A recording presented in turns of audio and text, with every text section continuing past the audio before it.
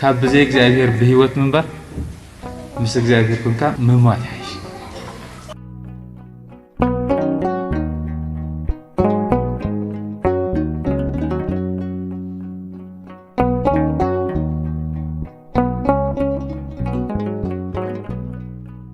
በስመ አብ ወወልድ ወመንፈስ ቅዱስ አሐዱ አምላክ አሜን።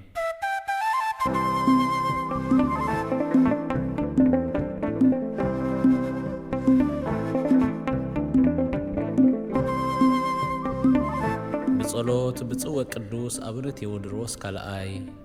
ወንጌላዊ መንበር ማርቆስን ፓትርያርክ እስክንድርያን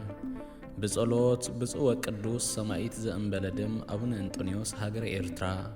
በቤት ፍቅሪ እግዚአብሔር ዝተዳለወ መቀጸልታ ተኸታታሊ መሰረታዊ መንፈሳዊ ካሪክለም ኣብ ምጅማር መንፈሳዊ ህይወት መበል 22 ምዕራፍ ነቕርበልኩም። ዝንቡዕ ምስሊ ቀዳማይ ክፋል ፍቁራት ስድራ እግዚአብሔር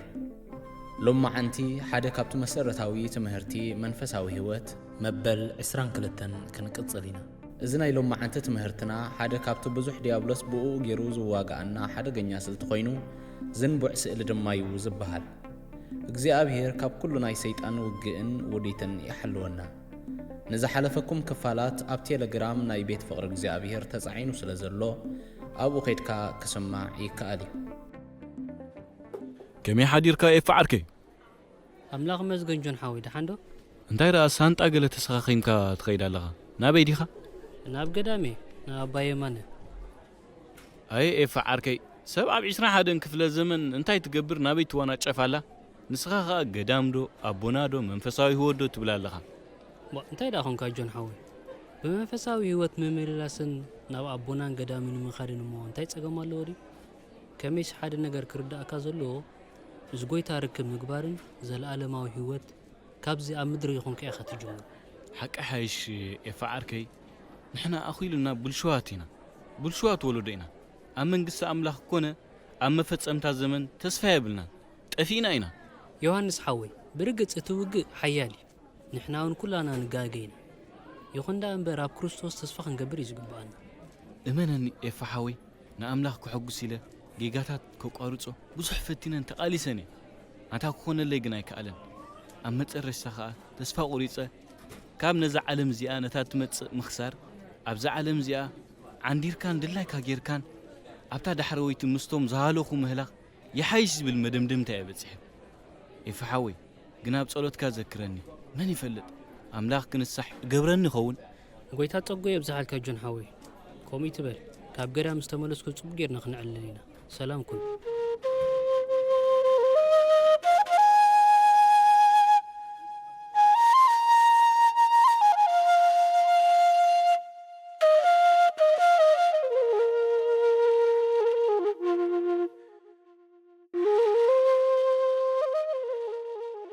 جون نابز درجة زبصح ግን እንታይ ዮሐንስ ማለት እኮ ኣብ ቤተ ክርስቲያን እቲ ዝነፍዕ ሰብ ማለት እዩ። ኣብ ቅዳሴ አንጊሁ ብምኻድ ቀዳማይ ዝርከብ ንሱ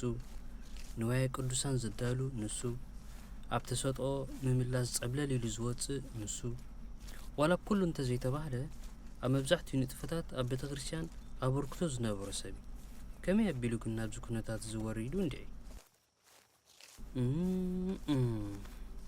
እዚ ኣዝዩ ከቢድ ነገር እዩ። ብርግጽ ገለ ዝተፈጥረ ነገር ኣሎ። ኣነ ንባዕለይ ክጥንቀቕ ኣለኒ። ወጎይታይ ንዓይን ንማሓዙተይን ደግፈና ካብ ናይ ዲያብሎስ ፈተናን ተስፋ መቁራጽን ነፍሰ ምትሓትን ኣድሕነና። ወጎይታና ኢየሱስ ክርስቶስ ዘይከኻ ዘለና የብልናን ኣሜን። ሰላም ንዓኹም ኣቦና። سلام نعخا يخون إفريم ودي قعب دحان مسأخا سلام كم يبزح بتصلوتكم أبونا كم يالله ده هاي منفساوي ودك كم يالله نقويتانا مزقنا متشم دحاني أو صبق لنا أبونا انتي دا دحان كان دي خا إفريم ودي هو قال إذا جنق النجار على أبونا انتي إذا جنق كازول إفريم ودي سكان قرني أكافلني سلام تايو أبزق زيزي ብዙሓት መንእስያት ብንእስነቶም ከለው ጸጋ ዲቁና ተቐበሉ ንቤተ ክርስቲያን ይውፈይ ነገንግሉ ነይሮም ከንሶም ምስ ዓበዩ ግን ሓቀኛ መንፈሳዊ ህይወት ኮነ ዝምድና ምስ ጎይታ ዘይብሎ ሓቅኻ እስኪ ብወገንካ ትጸገም እንታይ ትብል ሓቂ ሓይሽ ኣነ ከም ዝመስለኒ ብዙሓት እውን ከም ዝብልዎ ውፅኢት ስለ ዘይረኽቡሉ ይመስለኒ እንታይ ማለትካ ኤፍሬም ወደይ ንምንታይ ውፅኢት ዘይረኽቡሉ ማለት ሲ ኣምላኽ መታን ከፍቅሮም ሓጢኣት ንዘይ ምግባር ክቃለሱ ይፍትኑ እሞ ከቢድ ገይሮም ስለ ዝቆፅሮ ተስፋ ይቆርጹ ከምቲ ትፈልጦ ቦና ዘለናየ ዘመን ብሶሻል ሚድያ ዝመጽእ ማልያ ዘይብሉ ሕማቕ ነገር ስለ ዘሎ እቲ ቃልሲ ከቢድ እዩ ዝኾነ ኣባሃላኻ ተረዲእኒ ኤፍሬም ወደይ እንተኾነ ሓደ ሰብ ኣምላኽ ንኸፍቅሮ ድዩ ሓጢኣት ካብ ምግባር ክኽልከል ዘለዎ ወይሲ ኣምላኽ ስለ ዘፍቅሮ እዩ ሓጢኣት ካብ ምግባር ክኽልከል ዘለዎ ኢልካ ትሓስብ ዋ እንታይ ፍልልይ ኣለዎ ዲቦና ፍልልይ ዳ ዓብዪ ኤፍሬም ወደይ እዚ እቲ ዝንቡዕ ስእሊ ተባሂሉ ዝጽዋዕ ኮይኑ ሓደገኛ ውግ እዩ እንታይ ዝንቡዕ ስእሊ እንታይ ማለት እዩ ዝንቡዕ ስእሊ ክንብል ከለና ሰይጣን ብሩእይ መልክዕ ብሓጢኣት ዘይኮነ ዝቃለሰካ መንፈሳዊ ብዝመስል ግን ከዓ ብዝንቡዕ ኣገባብ ክቃለሰካ ከሎ እዩ መንፈሳዊ ቃል ብዝንቡዕ መልክዕ እዚ ከመይ ማለት እዩ ቦና ብኸመይ ዘጋጥም ብሓፈሻ እቲ ቃል ክትሪኦ ከለኻ ሓጢኣት ኮይኑ ኣይረኣየካን እዩ ብዕምቆት እንተ ኣስተንቲንካዮ ግን እቲ ቃል ብተጻራሪ መልክዕ ስለ ዝቐርብ ንትግባሪኡ ዘይከኣል እዩ እዚ እቲ ርትዓውያን ጌጋታት ኢሎም ዝጽውዕዎ ማለት ድዩ ግርማ ኣለኻ ዝወደይ እዚ ውግእ እዚ ድማ ኩሎም መንገዲ መንፈሳዊ ህይወት ብኩሉ ቅንዕና ክነብሩ ንዝደልዩ ዘጋጥሞም ውግእ እዩ እዚ ማለት ድማ ሰይጣን ውዲ ተኣልም እሞ ከምዚ ይብል ርኩሳት ሰባት ንዋጋኣሉ ገለ ሓድሽ ነገር የብልኩም እንድዩ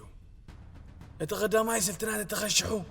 መተካዕታ ዝኾነ ሓድሽ ስልቲ ክነማዕብል ኣለና ናይ ርኩሳት ርኩስ ኣነ ዓብ ሓሳብ ኣለኒ ግርም ተዛረብ ርኩስ መቸም ስቕድካ ፀኒኻ ተኣምራዊ ክፋል ምሕሳብ ሞያኻ እዩ ብቐጥታ ክንዋግኦም የብልና ምክንያቱ ከምኡ እንተጌርና ፍሪዖም ካባና ክሃድምዮም ይኹና እምበር ዝንቡዕ መንፈሳዊ እዩ ክንገብሮም ኣለና ማለታይ መንፈሳዊ ነገራት ብዝንቡዕ መልክዕ ክገብሮም መጀመሩ ኣብ ስነ ምግባሮም ከንፀባርቕ ስለ ዝጅምር ህይወቶም ፋሕብትን ክብል እዩ ኣታ ርኩስ እንታይ ዓይነት ዘይርዳእካ ዘረባ እዩ እስከ ኣብረስ ከብሎ ስምዓኒ ናይ ርኩሳት ርኩስ እታ እንዋግኣላ ቀዳመይቲ ዝንቡዕ ስእሊ ከም ዝስዕብ ብምባል እዩ ወዲ ኣምላኽ መታን ክኸውንን መጀመርታ ብግዲ ጥዑይ ሰብ ክኸውንን ግብሪ ደቂ ኣምላኽ ክገብር ኣለካ ንበሎ እሞዳ ነና እንታይ ጌርና ማለት እዩ ከምኡ ምስ በልካዮ እኮ ኣብ መንፈሳዊ ህይወቱ ክጋደል ክጅምር እዩ ርኩስ እምበሮ ተበራቢርካ ኢኻ ወይስ ደቂስካ ዘለኻ ናይ ርኩሳት ርኩስ ኣነ ኣይደቀስኩን ዘለኹ ብመሰረቱ ንሱ ወዲ ኣምላኽ ምዃኑ ከይኣመነ እንተተቓሊሱ ዘፍርዮ ነገር የብሉ ውሉድ ኣምላኽ ንክኸውን እምበር ከም ዝኾነ እምንቶ ስለ ዘይብሉ በይኑ ስለ ዘሎ ድሕሪ ግዜ ኢዱ ንምሃብ ተስፋ ከም ዝቆርፅ ንምግባር ኣይከጸግመናን እዩ ጀይዘካ መቸም ብርክሳት ሓሊፍካኒ ኢኻ ዘለኻ ወዲ ኣምላኽ ምዃኑ እንተ ኣሚኑ ግን ብርቱዕ ሓይሊ ስለ ዝረክብ ንምውዳቕ ኣይክንክእልን ኢና ወላ እንተውደቕካዮውን ከም ብሓድሽ እንዳተንስአ ደጋጊሙ ኸረብርበና እዩ ናይ ርኩሳት ዓብዪ ተረዲእካ ኸውን ተስፋ ገብር ዝንቡዕ ስእሊ ዝበልኩኻ እዚ እዩ ንፉዕ ሃየበል ተዋግእዎም ኩሉ ሓሳባቶም ገማጥልዎ ሓሳባቶም ንገማጥሎ ውግእ ዝንቡዕ ስእሊ ብዙሕ መልክዕ እዩ ዘለዋ እታ ቀዳመይቲ ብኣ ገይሩ ዝዋጋኣካ ከምዚ ዝስዕብ እንዳበለ እዩ ወዲ ኣምላኽ ክትከውን እንተደሊኻ ስራሕ ደቂ ኣምላኽ ስራሕ እዚ እሞ እንታይ ጌጋ ኣለዎ ዲቦና እዚ ደኣ ቀታሊ ጌጋ እምበር ኤፍሬም ወደይ ግን ብስውር መገዲ እዩ እዚ ልክዕ ከምቲ ሓደ ሰብ ጥዑም እንዳተዛረበ ልቡ ግና ክፉእ ዝሓስብ እዩ ክትፈልጦ ዝግባኣካ ሓቂ ኣሎ እሱ ድማ ንስኻ ውልዲ ኣምላኽ ንኽትከውን እቲ ጽዕር ዘይኮንካስ ድሮ ውልዲ ኣምላኽ ኢኻ ውልድነት ኣምላኽ ጎይታና ብስሙ ንዝኣምኑ ኩሎም ነፃ ውበት ዝሃቦም እዩ ሓደ ህፃን ኣብ ጎደና ወፂኡ ንኣቦኻ ከምዚ ክብሎ ይኽእል ኣቦ መርሓባ ዝወደይ እንታይ ክሕግዘካ أنا أفدق جزاخ خسريلك زبل كان ندمخ سمعك زعزز كان نخجبري أبو بخونني እግዚአብሔር حقس كازو وداي أنا كو جزاخ خسريلك كحجزك زبلك زلهم بنات أبو خونن ندو إلك ሓደ ሰብ ብኸምዚ ኣገባብ ንህፃን ኣቦ ዝኾነሉ ድዩ? ብርግጽ የለን ኣብዚ ግዜ እዚ ደኣ መን ይመጉዚ ዝኾነካ ንስኻ ኸ ነቦኻ ውሉድ ንኽትኮኖ ዘበርከትካዮ ነገር ኣሎ ዶ? ማለት ትእዛዝ ኣቦኻ ምስ ሓለኻ ንሱ ድማ ባእኻ ምስ ዓገበ ዲኻ ውሉድ ኮንካ? ብርግጽ ኣይኮነን ኣቦና ጌና ገለ ነገር ከይገበርኮ ኣነ ውሉድ እየ ኣቦ ህፃን ምስ ወለደ እቲ ህፃን ውሉድ ወላዲ እዩ እዚ ፍልስፍና ዘየድልዮ ብሩህ ነገር ይኮ ኣብዚ እውን ከምኡ እዩ እቲ ጉዳይ ፍልስፍና የድልዮን ኤፍሬም ወደይ ኣምላኽ ሞግዚቱ ስለ ዝገበረኒ ወዱ ክኸውን መሰል ስለ ዝሃበኒ ኣነ ውሉድ ኣምላኽ እየ እቲ ጽሑፍ እውን ከምዚ እዩ ዝብል ነቶም ተቐበልዎ ዘበሉ ኩሎም ብስሙ ንዝኣምኑ ግና ውሉድ ኣምላኽ ክኾኑ መሰል ሃቦም ወንጌል ዮሃንስ ምዕራፍ 1 ፍቕዲ 12 ስለዚ እምበኣር ውሉድ ኣምላኽ ንኽትከውን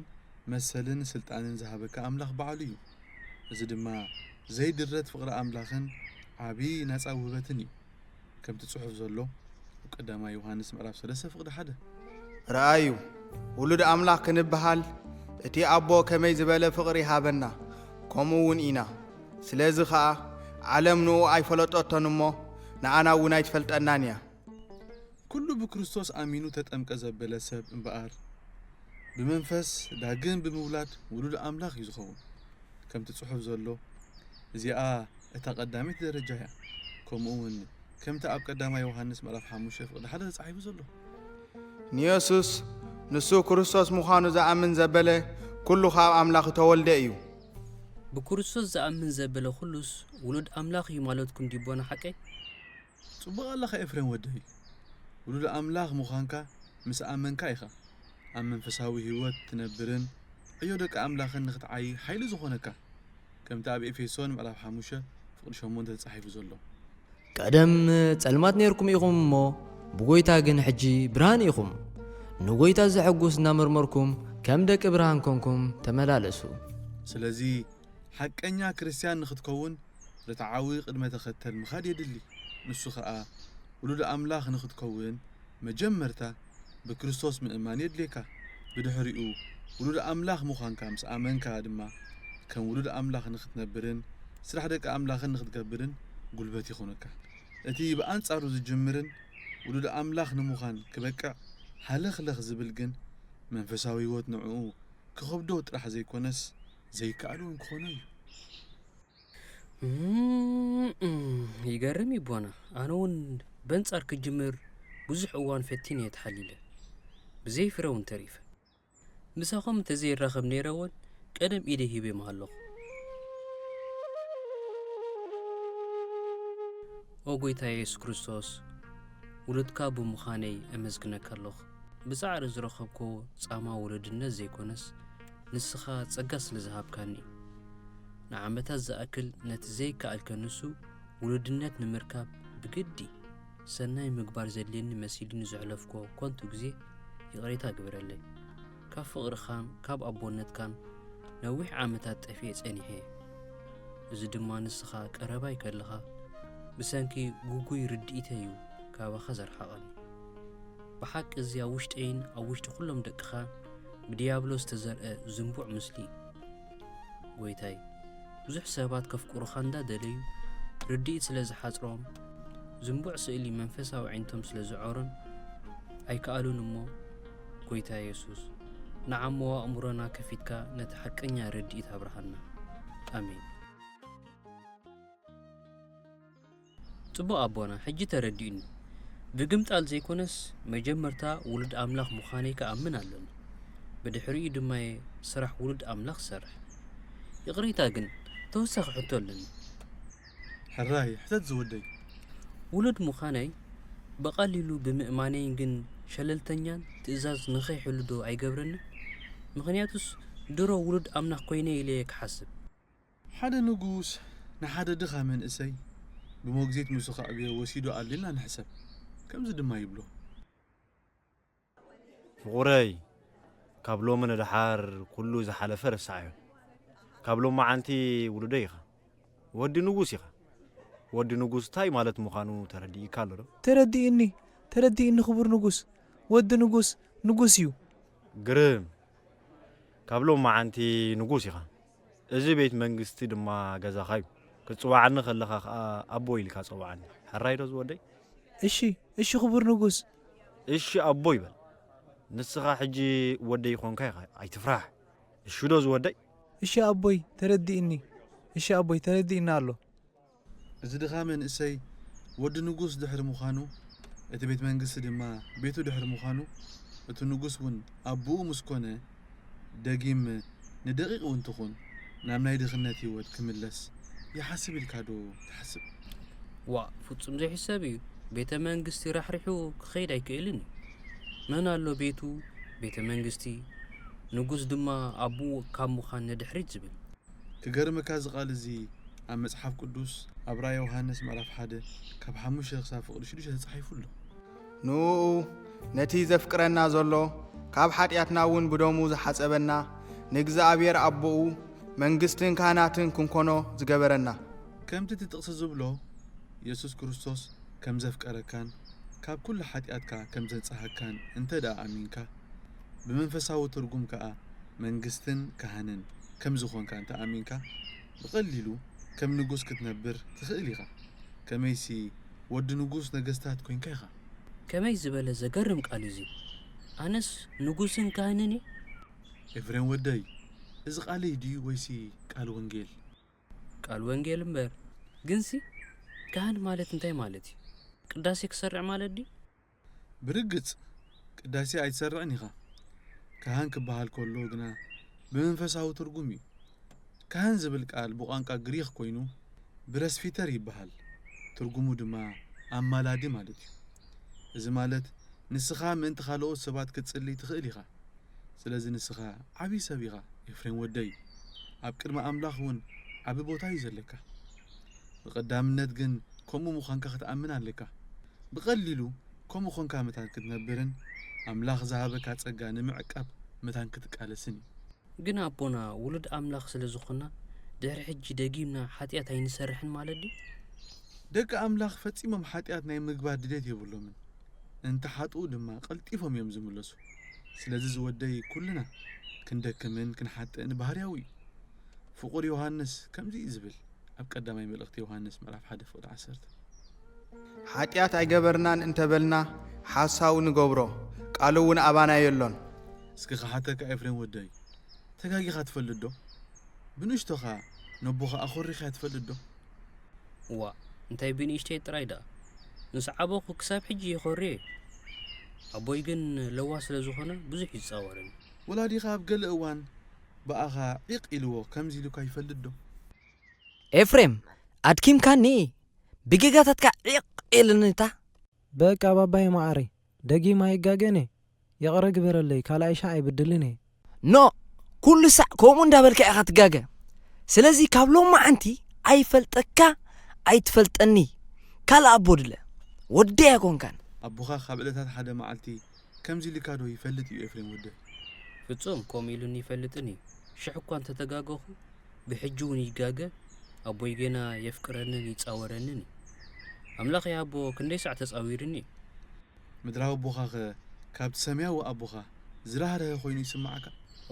فتصوم دي حسابي مدراو بوخا كندس تقاقا يتصوركا زقبركا قبر ودو مخانكا زي ترف انتو خوينو سمياو بوخا مستقاقا خحادقا كان أحليفون زيتان كهبكا يخيل كات حسب أيردأنني كميلو حدا سب كمزك حسب يخيل ندعي بحق إذن سيطان زنبوع سئلي فتنا أزيو حدا قنيانا عناوني نزنت بزيادة خبرها الكازخيل زانتا خعلك إفرين ودي حدا ودى 10 عام زعدمي قلعة نبؤو زي حقوس بزح نقر يسرح نبره بقى أنا بزق قلعة زي تحليل النيو كتصوري كإليني لك عيوناتان بزح جيجاتات تقبري انتو خونه إذا جيجاتات تمرت متجمرة زيادة 5 جننة كم مهارتو نتصلو 5 لو خنزنقو عيبلنا صوبالي أي تخواوللو تقاقي بقى تقاقيو كساب زحوم مخ اتصعلو أنت ودي هر اندبل نحنا قص غيرنا نردأيو نمهارون مس جزء برقص كم حيشيو كم نشتي حزو ده يكونن مزامورن زي ماتاتن بيت كريستيان كل حزوه أنا نزهت أوقات أو جزية يبلين حنسا كلستا سعد جاجي مقردو أفتينية حجيجين كقطع عطرا يزلو معلتا وتقطع زلها وحيدو ديو حجها قطع كاس انت لو تخمتيو صوت رايبلي حجيك هيرا ما يكونن قصون لمسمعون كتفويه كتفويه واو انت سبعي ابزي سيطان كاخيتاتو حجي تاريفا زلا زي قبرنايا نابزون غروبيتنا مشات رأيا مستشتا أمو بأسكا حكا حمقد مسحازوه شعو تفللي كردو أيو انت يزرو ايزي بالبخاريخا حكاية إلا قص يلغون كالي يترف بتستشتا اللي غنزبو كوان تكم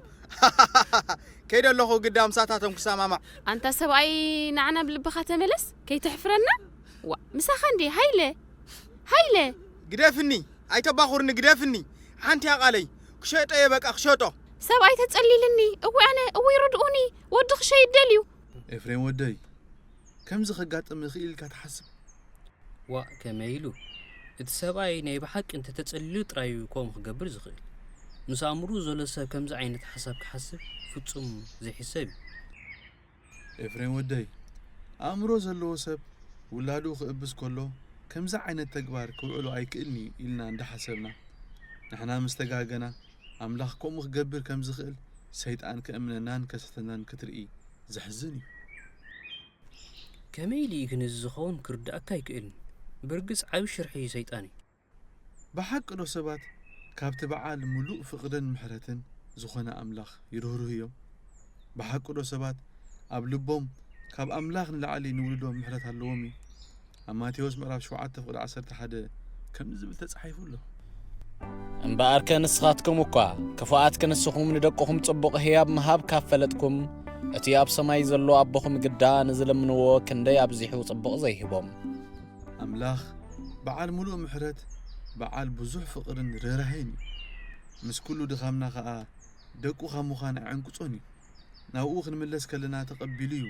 زصنانا عنان زتهاب عنان نبر كابلات حدا معلتي بانا ايسچوني تاقداس ግን نحنا أنصر حاجات كقالسن فصوم كنصقولنا انت وديقنا دما كم تقدس يوحنس አፈወርቅ زبلو قلطيفنا خنملس يغبان كمتي حكايم نتحكمتم نمئلاي بحكمناوي فلطتهم طراي زيكونس ኣብ ገለ እዋን ውን ህያባት ብምልጋስ ከኣልይዎም ዝመጻብዕዎ ኣምላኽ ውን ከምኡ ነቶም ዝወደቁን ዝረሓቁን ብሓይሊ ዘይኮነስ ብልዙብን ደረጃ ብደረጃ ዝመርሖምን ካብኡ ምፍላዮም መታን ከይውስኽ ሓጢኣቶም ከይውስኽን ብኩሉ ሸነኽዩ ዝኣልዮም ولد أملاخ مخان فتصم بتعرخ يكونن انتي دقا نص هياب أملاخ كوينو نتب كريستوس زأمن زوهابي كريستنا فولي زغبرو دما ازيو اب كريستنا انت زي كوينو اب كالي انا ولد أملاخ يكبل زخيل الله دي كوم خبل زخيل زلو يመስለን سبات زدخمو انت دخمو انت تصومو انت تصليو دك أملاخ إنا خبلو فتصيمو ما يكونون يوم أملاخ دكو خنكون كم زهبنا مسنا أمن جن نخنصلي مسوخ نزرارب قليل يخوننا أب قلنا تخلو جزي زفكرنا أبونا أنت خنكون تقدراتون محلاو زقل لي يخوننا بطعم تصبق أبونا أبا هلاخون تردين مجمرتا ولودنت نصح هي مخانو أأمن بدحريو كم ولود اتعرن نبر يغريت هذا أمبر حجون حتى لنبونا أنا ولد كاب كونكوس سلمتاي كتسعر زليني ولد نخوني تعري قرم حتى يفرين ودي إذا حجي زبلو عقد داس نتب سلازوخنا بأهدبو سمعني الشبونا مساخو مالوخ ولد أملاخ نموخان امنت امبر زوخنا تعادة عيد لي كاني تعادة خاء بكريستوس مسامن كا يزمت تقالسو دما ولد أملاخ نخيت خون كاب أملاخ رحيكا ناتو باريخ قبركا زدل سيطان يزخون أب قداماي بيتروس معرف حموشة فقد شومونته إزيز صعب صحف اللو ديابلوس تمتصارتكم زوحتو دليو كم زغوازمان بسا كوينو يزور اللومو تطنققو نقحو سلازي زودي جينا أبزاخفت عالم كم زلونا اتسألعنا ديابلوس ون كاب أملاخ كرحقنا يتسعر كم زلو عيني زنقا سلازوخنا وترو نقحاتن تنققاتن كنكون قصالي كان ولد أملاخ كوينا كنبر قدي حق خومي خم أبونا تردين الله ولد أملاك كخون زي كونس كمولد كملالسن بسيطان متان كي تبرن دقيم باري ومتان كي كونيتي أباهلغ أوغيتا بزمانات بدنقرقرن بدخامن ودخام مخاني بزي مردان جيزي أحلفي أنا أبزقاقي يلو جيزي تتنتنني زمسلن نيرو سلازغا أب حاتياتن أبزود كل جيزي أب كنميخا قويمان ختصلي مورالسن بقى تتسياننن ترحك أنن كوين يسمعن نيرو انتخونا نسخا بخونتاتي خطخري كملسا كامو نبحوق فخاخت ملساني كتنصحنن كتبرتعنن يدلايك بسنك زي مفلاطي كبدل كلخو أب كندي نابخا زملس كبخا يهدم نيره او يسوس كريستوس أملاخي مصامو نعين نخل محواتين أبانا زلكا فقري بقبو كنردان كاب أبونات كادما فتيمو زفالينا نجر كم زي اللي متان كنردا أمرها بنا صبو أبونا ولو انت ودوكو ولد مخاني أملكت حتو زاتو كم زي كنا تردين الله جنس بونا أملاخ كم تنايفة ماري زفكرنا ويس دحر محتاي فقرو قربي قنسي إزيا با نفتن الله بغالأي درجات سرع زنبع سئليا نسو دما أملاخ متان كفكركا حاتيات هاي تقبر زبلي أبونا زبها لازمو انتاي تساقما اللودي كنو عدا يكونين ناي زبها لحادقات صبو غير زبرهالكا حدا أبنت كبكاي حدا أبو ودو أبز بدلو لؤوان اتبدل ينقاسي بزي قدس كم زي بلو نبرة أتقولها انت خاص قبركا يقريتا بابا كاب قصصري وصا سلازخوني كالاي غزي دغمني وديغا ودي سلازخونكا كن مشللتنتك حلفون لزنت لت كفكركا خنبرا كونكن انت مالتكاي بابا انت مالتكاي مالتي دا جيغا بزغبركا يمطن كصلاكا تردي قالا انت تغاغيها صلاكا زياده مستغاغ دما زياده خصلاكا بابا كالاي ساعه يدغمني يخون امبر سم مخاني سلازي ترفني ناي قدني كغاغا سلازي تقلال خصلني يبلكان صبقا تفلافسكا تكلو مغغاي ايفقني انت دايله اخله كغاغا انتلكا كن مصلاون الله مصلا طراي ديكونس كابز غزا مسغو كمان الله ابوي انا بزكالن مطن نخيغاغا كفتني نسخا كن تقلال لا ايتصلاني انت تغاغي خا يقريتا حقتك قلتيفه يقريتا حقتك نزر بازخون غزي بلي صبق خير يتبلكا كفكرك ايفال انت بلكا كن صعبيناتو داغر دخمتي ويا بابا ايفال كان كسب كندو باي تصلاني وانا بفصم كغاغي كيلني كغاغي خا ايدلني بقى توسخ زرب ايدلني ابز ودي لخو ابوخا كم زنايز سبا انت زغبر كندي معلت مفكرك كندي معلت خمسلاكا زدا دارغا زبزح معلتاتي مصلاني مخنياتوس زي بدلولو معلتا يذكرنني زي ترايونا يكونن ابوخا امورخا انت يحسبالو انت زفلت نيرو كم زين بلكا استوعلا تقولع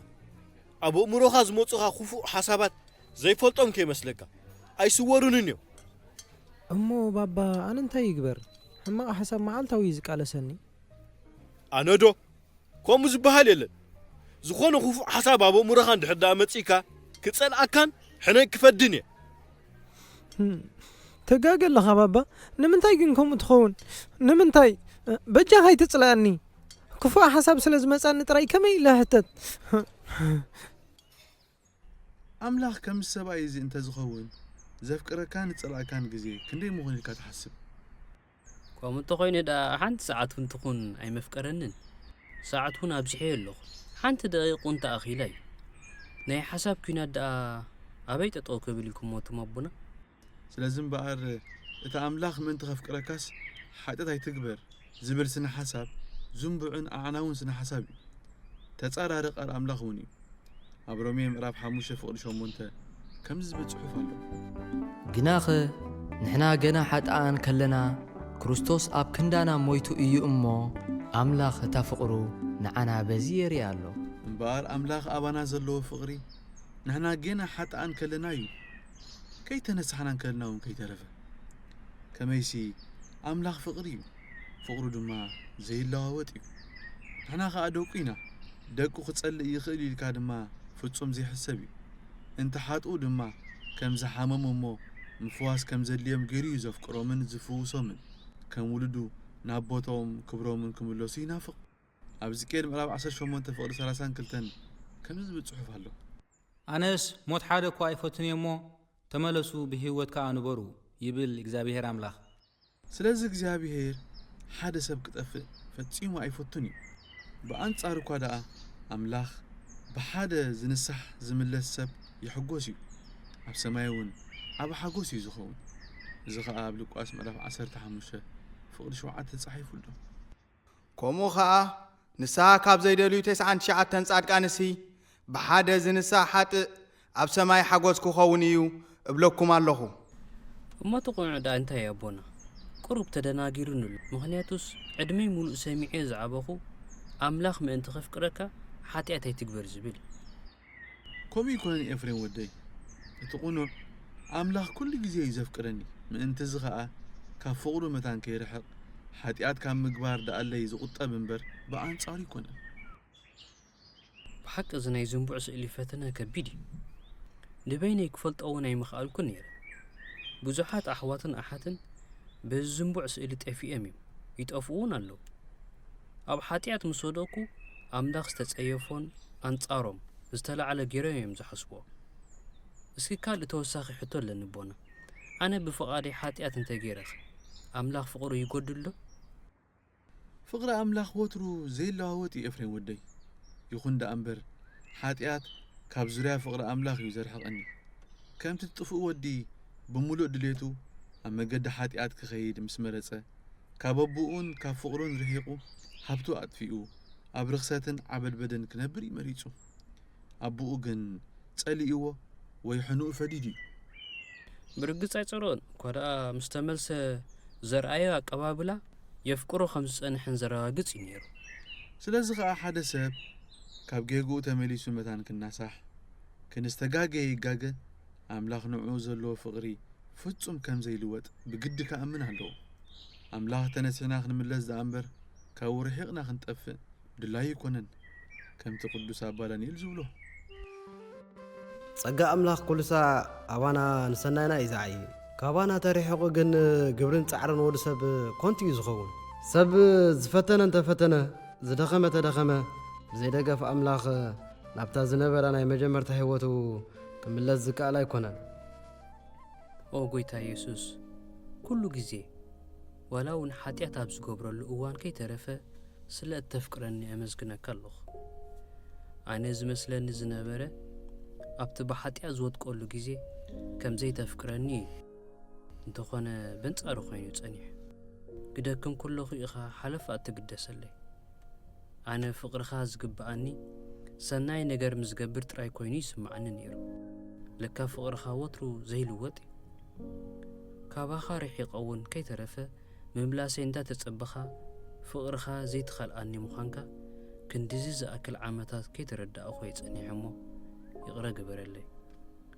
ፍቕርኻን ጸጋኻን ንነዊሕ ዓመታት ከይተረዳእኮ መጽንሐይ ይቕረ ግበረለይ ናይቲ ሓሳዊ ዲያብሎስ ዘረባ ኣሚነ ክንዲዚ ዝኣክል ዘመን ካብ ፍቕርኻ ተሓሪመ ጸኒሐ ሕጂ ግን ሓሳበይን ሓሳብ ኩሎም ህዝብኻን ብምሕዳስ ደግፈንን ደግፎምን ኣሜን ግን ኣቦና ከም ዝትብሉኒ ዘለኹም እንተኾይኑስ ኣምላኽ ቀጻሊ የፍቅረኒ ክሳብ ዝኾነ ክጽሊ ይኹን ክጸውም ንድኻታት መሃብ ኣየድልየንን ይክብል ኣይገብረንን እዚኣ ድማ ሓንቲ ካብተን ናይ ዝንቡዕ ስእሊ ፈተነ ኮይና ኣምላኽ መታን ከፍቅረካ ሰናይ ግብሪ ግበር ትብል እያ እዚ እሞ እንታይ ጌጋ ኣለዎ ኣቦና ኤፍሬም ወደይ ከምቲ ብዙሕ ግዜ ዝበልናዮ ኣምላኽ ብነጻ እዩ ኣፍቂርኒ ከምቲ ነቢ ሆሴዕ ዝበሎ ኣብ ምዕራፍ 14 ፍቕዲ 4 ኩራይ ካብኦም ተመሊሱ እሞ ኣነ ንጥልሞቶም ክሕዊ ኣነ ብልቢ ከፍቅሮም እየ እዛ ናይ ሆሴዕ ጥቕሲ ብእንግሊዝኛ እንተሪእናያ ዝያዳ ገላፂት እያ I will love them freely እያ ትብል ስለዚ ኣምላኽ ዘፍቀረና ጌና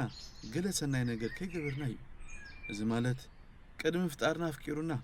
جينا حتى أن كلنا أفكيرنا سلزفكرنا ون من أنتنا خبري مويتو ሓደ ሰብ ዳ እሞ ሰናይ ነገር ንኽገብር ዝደፍኦ እንታይ ሰናይ ግብሪ ናይ ፍቕሪ ግብሪ እዩ ሰናይ ግብሪ ክገብር ዝድርኸኒ ኸዓ ፍቕሪ ኣምላኽ ዘይግባእ ንኽነሱ ስለ ዘፍቀረኒ እዩ ነዚ ሓቂ እንተተቐቢለዮ ከምቲ ኣምላኽ ዘፍቀረንን ዘሐጎሰንን ኣነ እውን ብግዲ ከፍቅሮን ንዕኡ ባህ ዘብል ኩሉ ክገብር ይግባኣኒ እዩ ከም ዝብል እዩ ዝገብረኒ ከምቲ ዮሃንስ ኣፈወርቂ ዝበሎ እታ ሓቀኛ ኣምልኾ እዚኣ እያ እቲ ቃልሲ ኸዓ ሓጎስ ጸሎት ምስጋናን ፍቓድ ኣምላኽ ምግባርን እዩ ንኣብነት ጸሎት ናይ ፍቕሪ ዕዮ እያ ሰማያዊ ኣቦይ ስለ ዘፍቅሮ ኸዓ ምስኡ ክዛረብ ባህ ይብለኒ ጸሎት ከዓ ንሱ እዩ ምስኡ ምዝርራብ ወንጌል ምንባብ እውን ናይ ፍቕሪ ዕዮ እዩ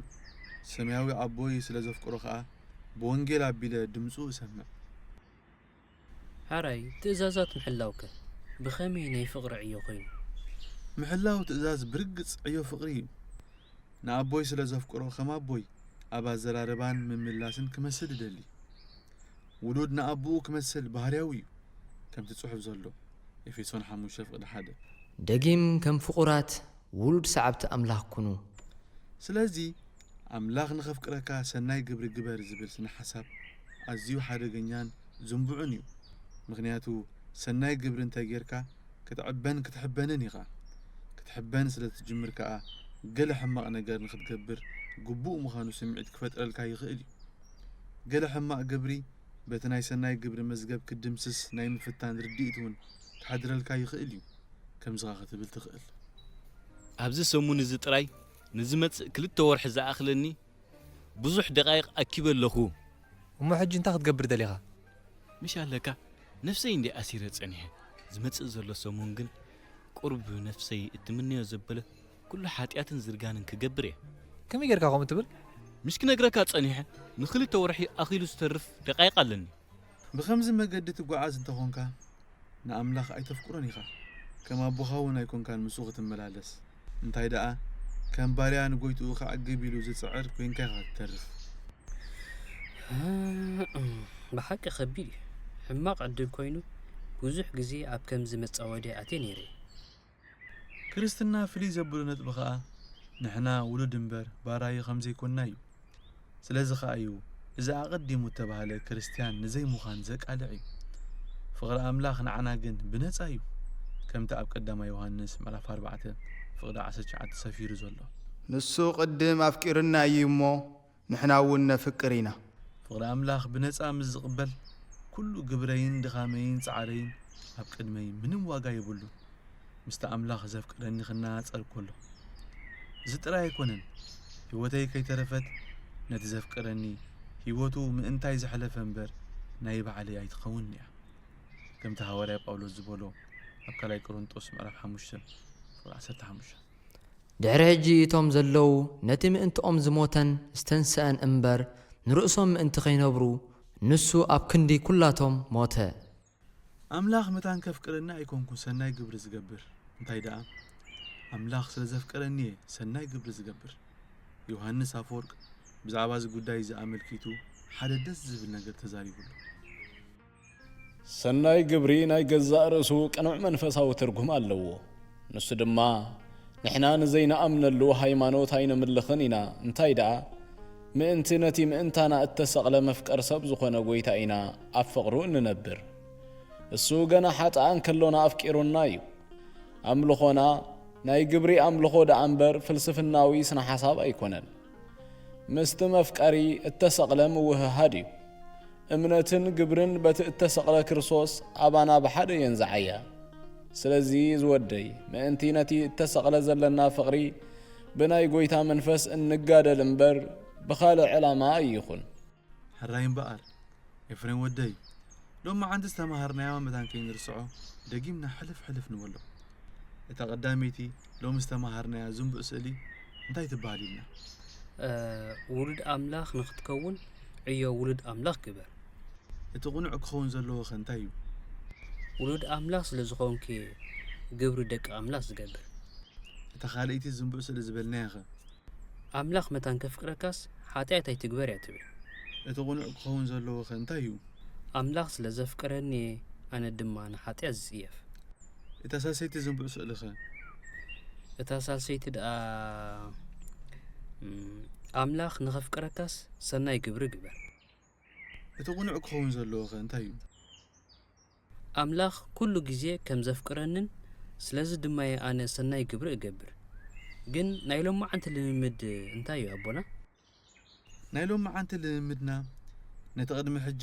ኣብቲ ዘይድረት ፍቕሪ እግዚኣብሔር ዝወሰድናዮ ልምምድ ናይ ዋጋ ጸሎት ምድጋሚ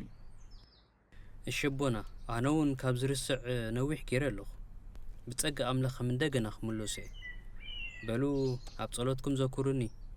ኣቦና ኣነ ክሓድገኩም ጸሎት ኣዴና ቅድስቲ ድንግልን ኩሎም ቅዱሳንን ምሳኻ ይኹን ኤፍሬም ወደይ ሰላም ኣምላኽ ምሳኻ ይኹን ብሰላም እቶ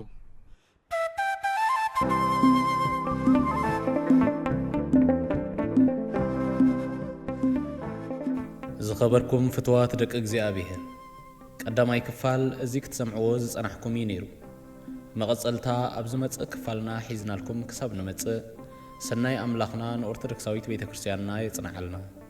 ኣመላድነት ቅድስቲ ድንግል ማርያምን ጸሎት ሰማይት ዘእንበለ ደም ኣቡነ እንጦንዮስ ኣይፈለየና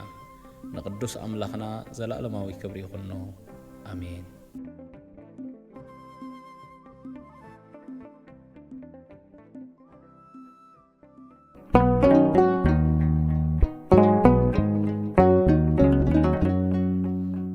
ካብ ብዘይ እግዚኣብሔር ብህይወት ምንባር ምስ እግዚኣብሔር ኮንካ ምሟት ይሓይሽ